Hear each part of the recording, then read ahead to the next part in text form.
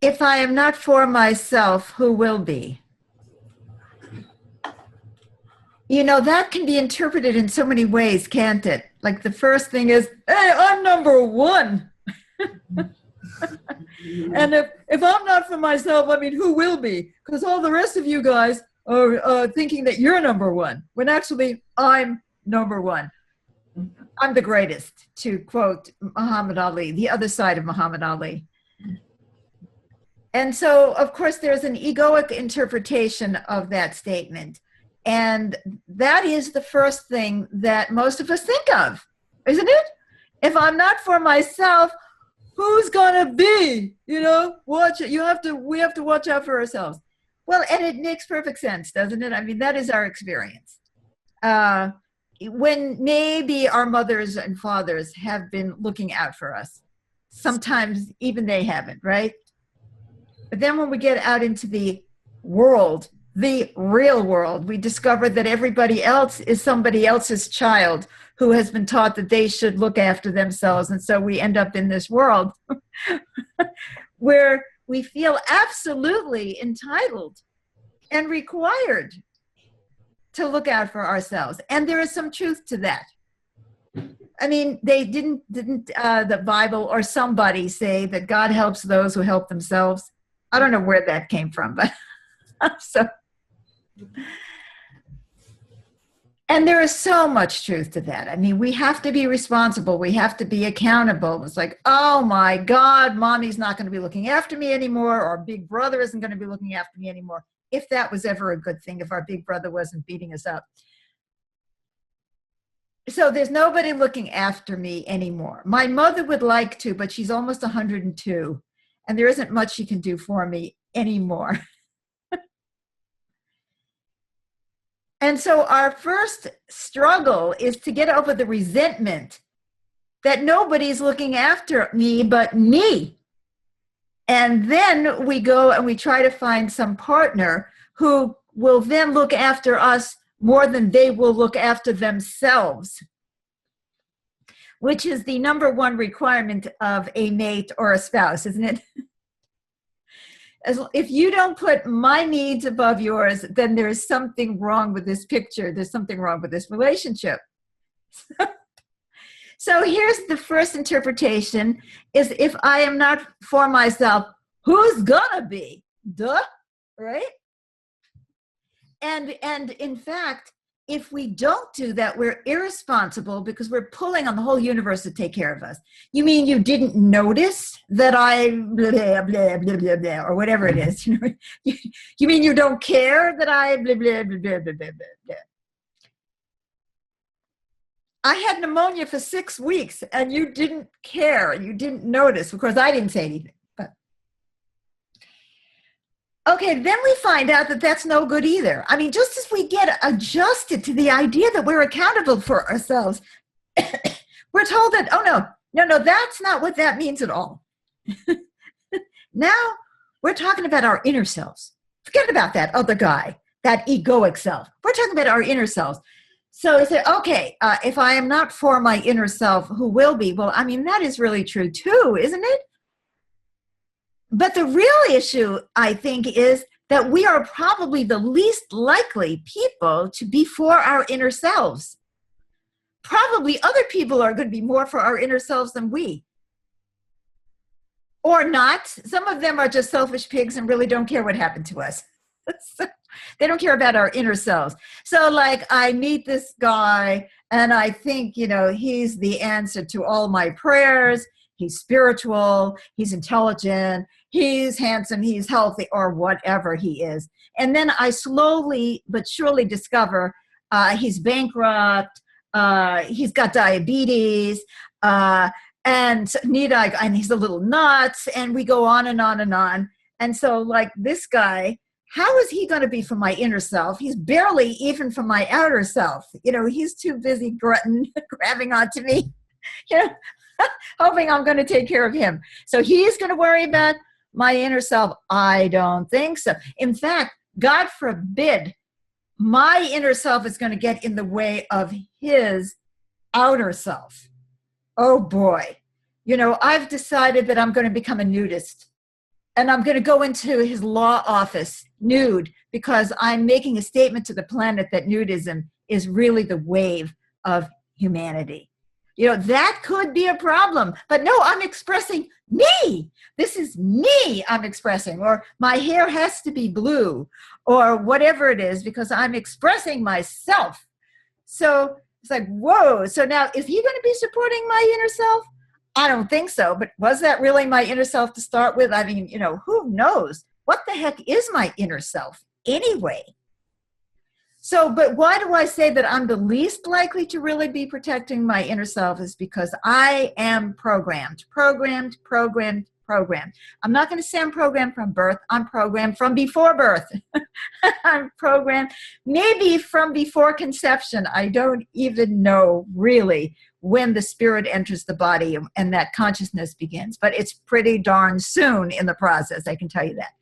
And I'm already programmed. So what is this inner self that I'm expressing? So I love it. You got women who say they're dyeing their hair, they're 20 years old, but there's like one gray thing and they've already got to dye it. Or the trend now is everybody's hair has to be red or whatever it is. And mom says, what are you doing? Your hair isn't supposed to be flaming red. You look ridiculous. I don't look good to my friends because my daughter is walking around looking like a punk rocker or something. So she doesn't like that. And you say, no, this is myself. This is my inner self. And I'm expressing myself against you. But of course, is that your inner self? Or is that giving into what everybody else at your age thinks their inner self is? Man, this is really red or hot. I don't know what the language of the day is, I know I'm so dated. It's ridiculous. But, I know the pattern is the same. I don't care whether it was 70 years ago or 20 years from now. It's probably still the same. So, we are like expressing ourselves and we don't even have a clue about what ourselves is. So you just read a blog of mine and I'm so appreciative that you did a brief blog, and I'm calling upon us to really be for ourselves, our inner selves, as well as the rest of Rabbi Hillel's statement is, if I am only for myself, what am I? If not now, when? Just in case you haven't read the blog and you're just listening to this. So, and I'm challenging us, to connect to ourselves, our true natures, which is connected to the universe. It's our spiritual self. Well, is that true, or is that just made up hogwash that spiritual teachers like to throw around? Because we don't like the way the world operates on the basis of the ego. So I want to convince myself that truly that our inner selves are better than our ego selves. Because if our ego selves is the best we've got to offer, we're in major doo-doo. I don't have to tell you that, do I? I mean, you see what the world is like. You see that everybody is dog-eat-dog and competing, and everybody is hogging and, trying to get everybody else to do something for them. And, the rich are getting richer and the poor are getting poorer. And the Democratic Party wants Bernie to give up because they feel like the party is being threatened. The party is being threatened. It's the same thing with the Republicans. Oh my God, we all have to now support Donald Trump because the party is being threatened. I mean, this is the party. No, this feels like the morning after the night before. That's what it feels. This feels like the hangover to me, not the party. Anyway, this is all ego nonsense, isn't it? I mean, but we see it all the time. We see it all the time. We're so blind. We don't even know. We're not even connecting. And I want to believe that inside every human soul is a self that feels connected to the whole. I want to believe that child who walked out and saw the night sky and the stars and said, ah, and was in wonder, that is the real person. I want to believe that the little boy who cried when he saw someone else hurt is the real person. I want to believe that it's genuine, that the innerrevolution.org is a genuine expression of our genuine selves. Not that people now feel peer pressured to look like inner revolutionaries because that's the trend in this organization. But how do I know?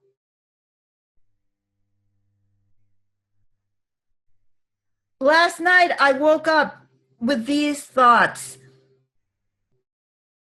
How do I know that inside your heart is this being that really is happier when the whole is satisfied and well? How do I know this? I can tell you that I know this intuitively. I can tell you that I see it when people are together and they're really supporting each other. There is a glow. You can see it. You can smell it. You can feel it. There's something that happens to a group of people when they come together and they overcome their egos, and in that moment they really feel unity. And I want to believe that. That's the thing that I see that I want to believe. But what about all the rest of the stuff that I see? I don't want to believe that. So am I making it up?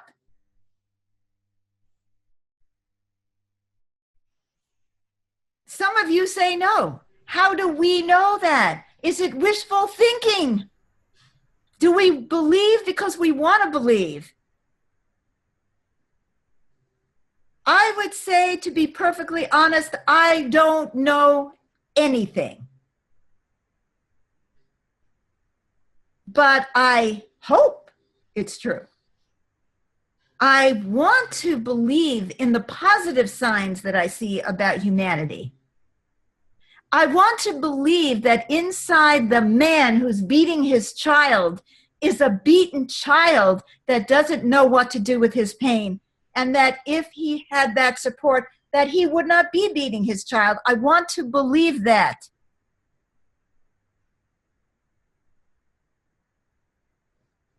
You know, I want to believe that in the heart of every woman is a desire not to be taken care of, but to participate and contribute and not pull on others the way we women have been socialized.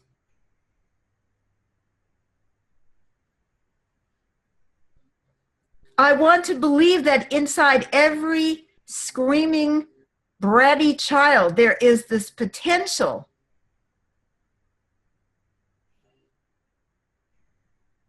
to feel calm and whole in the context of the whole. I want to believe it, and by George, I'm gonna believe it. Nobody can tell me that it's true, but nobody can tell me that it ain't. It's a horse race. Which horse am I gonna bet on? The one that is self-destructing? The one that's killing everybody? The one that I see in the news, splattered all over? One venal, corrupt story after another? Do I want to believe that? Do I want to bet on that horse?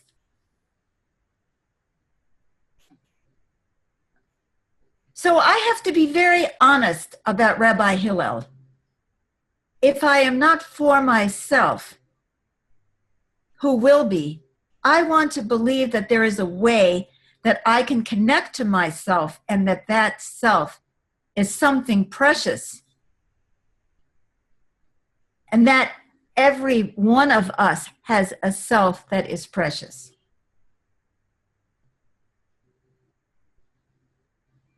We all have doubts. It is so darn difficult to even know what myself is from one moment to the next. I am so full of fear. I am so full of suspicion.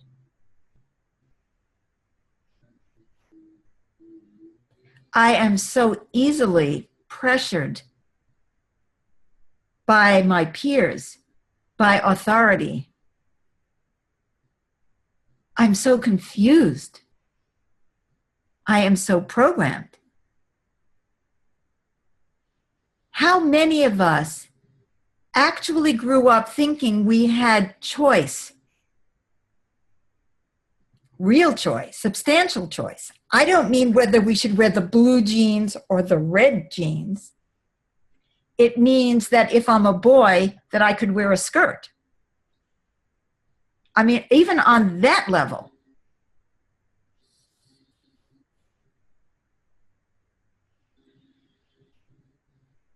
That I had a choice as to what I believed. That I had a choice about how I presented myself in the world. I mean, we open our eyes and we're born in whatever era we're born, and we think the clothing that people are wearing that day is like attached to the body. This is like, that's the way people look. Men wear suits and ties. Women wear skirts, you know. That's 1950.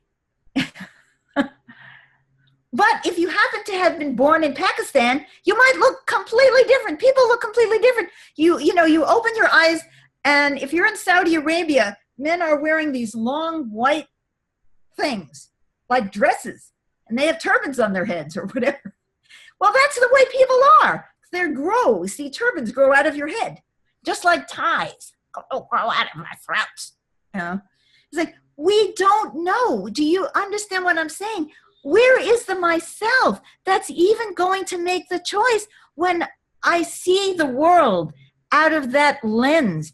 I see sand if I was born in the desert. I see trees if I was born in the Pacific Northwest on the West Coast and not on the desert side. You know, I see ice if I was born in our rapidly disappearing Arctic areas. That's the world. The world, you mean the world isn't ice? You mean the streets are not paved with sand? And if you're born in New York City, you think birds is the sound of the music that's blaring from every radio as you go down the street. There's nothing even corrupt about this. This is just the way it is, that we are indelibly imprinted with a perception of what reality is. I'm not saying reality is an illusion. I'm saying it's very variable. And then we have our own personal little variations. What is a woman? In my world, a woman was a person who washed the bathroom floor every morning before she went to the office. That was a woman. And a man was a guy who came home every day feeling devastated because he hadn't made the sale and there wasn't going to be enough money to feed the family. That's what a woman was.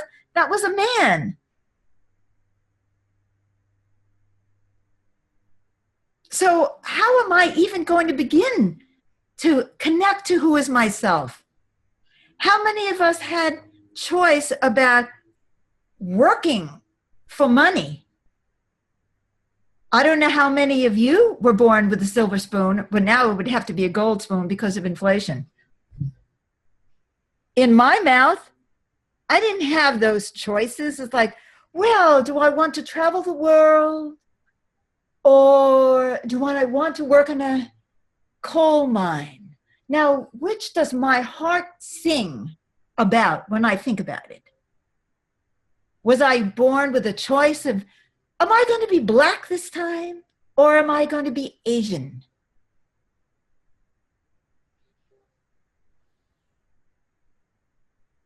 I don't think many of us ever think out of the box.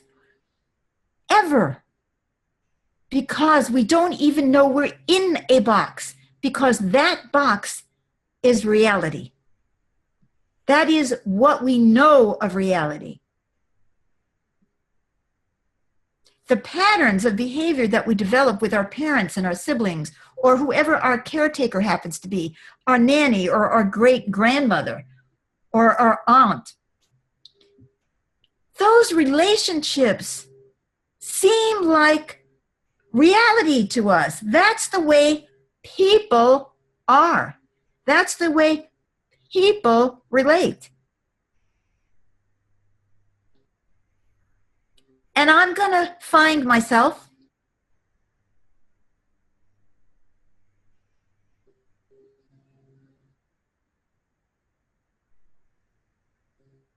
this is not easy. Let's say you're in the innerrevolution.org. And we believe in oneness, accountability, and mutual support. Do you really believe in oneness, accountability, and mutual support? Or are you just trying to convince yourself you do because your best friend is in the organization and you don't want to lose their friendship or your mate? Is that really an expression of you? And if you don't, is it because you really don't? Or is it because your ego tells you that that's too threatening? Or because your other best friend over here doesn't believe in that? How do you know? Who is the you that's making these choices?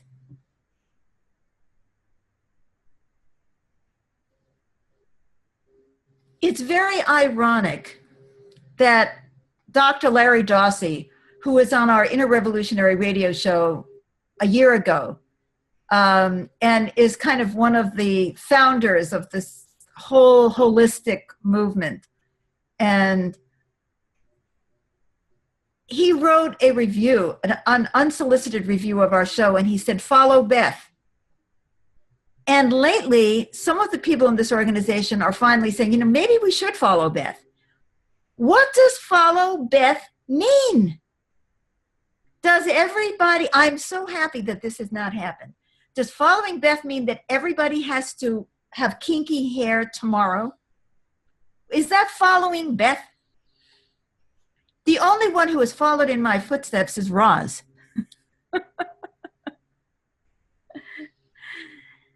Maybe for Roz, it's to have kinky hair, and for Chris, it's to have gray hair. Following Beth doesn't mean do what Beth does or be Beth. It means have the same degree of dedication to finding yourself, finding the truth as best you can, of connecting to others and caring, and being willing to think outside the box. That's what follow Beth means, doesn't it? Doesn't mean everybody needs to move to Oregon. It means move to Oregon if that's where you need to be. It means move to Timbuktu if that's where you need to be. And who is the you that needs to be there? The one that is connected to the whole. I have to say, deep down inside, I want to believe that. So that's what you're signing on to. You're signing on to a belief system that says, if I am only for myself, who am I? I am not happy. I am not fulfilled when I am isolated with my egoic agenda that makes me nuts. So to follow Beth means really to follow Rabbi Hillel. Open our eyes, wake up, tell the truth. Seek to feel ourselves beyond the incredible web of ego, fear, self-preservation, conformity, tradition, ignorance, what is considered normal. I can assure you that if you were born 2,000 years ago, you would not have thought, my goal in life is to become a senior executive at a corporation. Because there weren't any. You might have wanted to be the king, but you wouldn't have wanted to be a CEO. So how can you say, in my heart, I know that's who I am? Do you see what I'm saying? It's so complicated, and yet it's so simple. It's simple. It's we have to brush aside everything that is not us. But it isn't easy because we can't even hardly think beyond that. How can I feel myself when I'm 71 years old and have very little money for the future? Am I going to say, I think now it's time for me to just play my keyboard for the rest of my life? You know, am I going to be able to do that? How, if maybe that is the best thing for me. Maybe that is for my highest good. Maybe it's for the highest good of all to get me out of here already and get me playing my keyboard. I can't afford that. So how do I even think that? How do I dare have that thought? Do you see what I'm saying, guys? I challenge you, every one of you, in my organization, in everybody's organization, Democrat, Republican, independent, gang member, CEO, whatever the heck, artiste, right? I challenge you to be willing to look for yourself.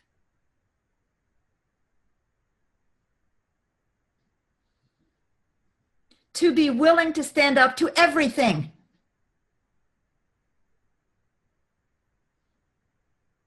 And I pray that when you find yourself, the self you find is the one that I hope you are. I'm being very honest with you. Supposing I said to this organization today, be absolutely true to yourself. How many of you are going to come back and work on the family program, or are going to work on the website, or are going to work on the radio show? When you find yourself, are you going to be eating bonbons all day? I have to take that chance, don't I?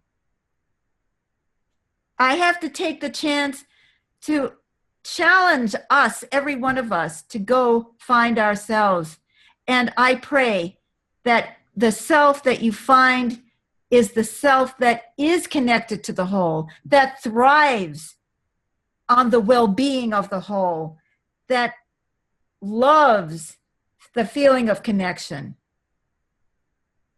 that wants to help others because it is who you are. I'm praying for that.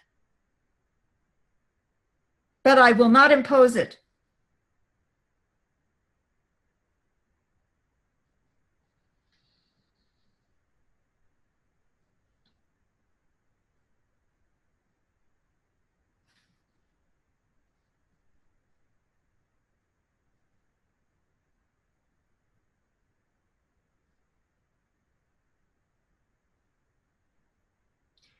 Now we can just go inside ourselves just for this moment as the chi flows.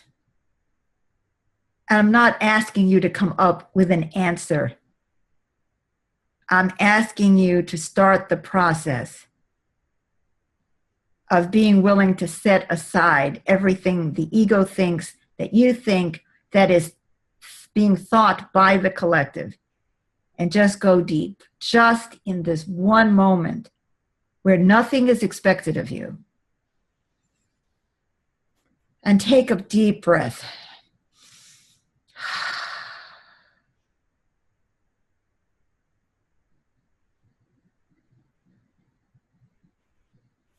And what you may find when you go deep inside into the stillness, that myself is absolutely nothing.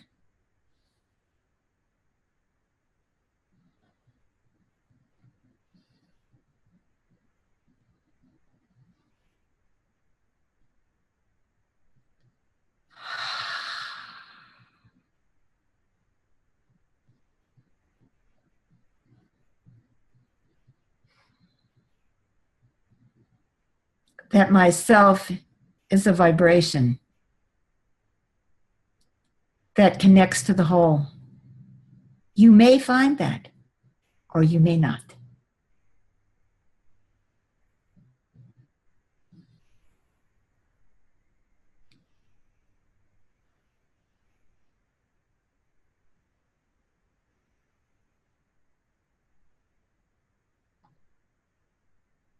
And you will, I believe and hope, and again, these are just my beliefs and my hopes, that you will find within yourself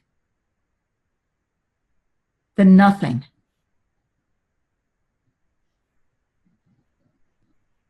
that is free.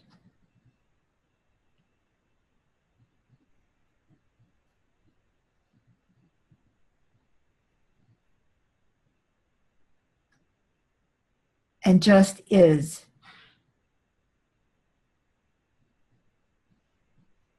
And changes moment by moment. That in one moment, as you pass Starbucks, it's the smell of coffee.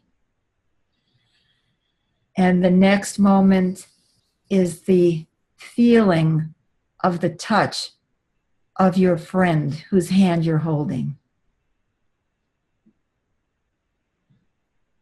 And in the third moment is the pain in your back. And the fourth moment is the sound of the rain.